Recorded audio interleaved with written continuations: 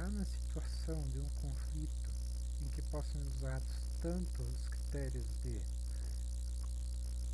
especialidade e de cronologia, nós vamos ter que ir mais a fundo no caso concreto, porque a doutrina não traz uma distinção, um caminho das pedras correto, que tal ou tal critério vai ser utilizado.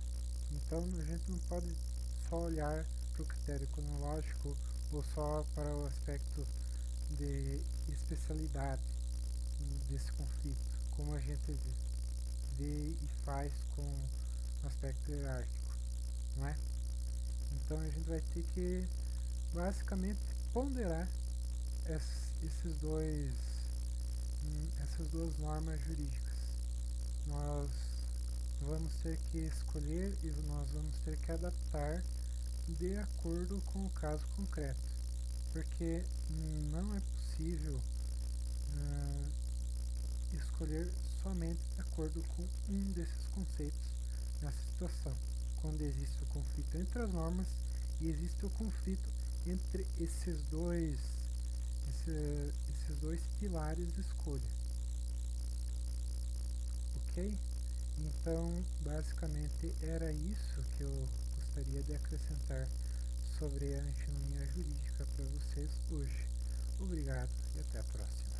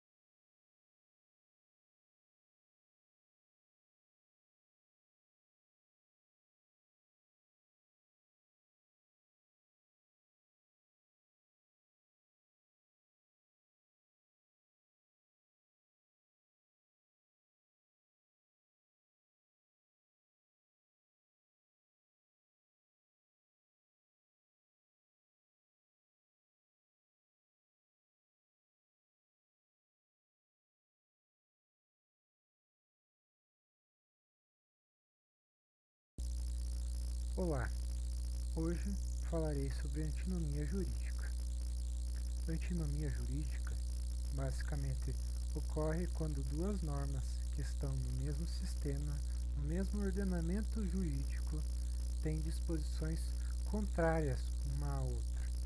Uma tem uma obrigação de fazer, a outra não. Então elas têm uma distorção entre as duas. E no mesmo ordenamento jurídico, no mesmo sistema em que as normas devem ser harmônicas entre si e busquem um mesmo fim, não pode ser aceito duas normas que tragam disposições contrárias. Para isso, a antinomia jurídica traz soluções a essa situação. São três soluções principais que a antinomia jurídica traz, três princípios: o hierárquico, o cronológico e o da especialidade. O hierárquico basicamente vem desde a teoria pura do direito de Kelsen. Basicamente existe uma pirâmide no nosso ordenamento jurídico com certas normas de uma hierarquia maior e outras de uma hierarquia não tão grande, como a Constituição Federal e outras leis, sendo a Constituição Federal ocupando um patamar alto, maior do que mais leis, decretos e outros meios do Estado se expressar. Então, sempre o patamar hierárquico maior ele vai ter preferência sobre leis e decretos que venham de um patamar menor. Parece bem claro essa distinção.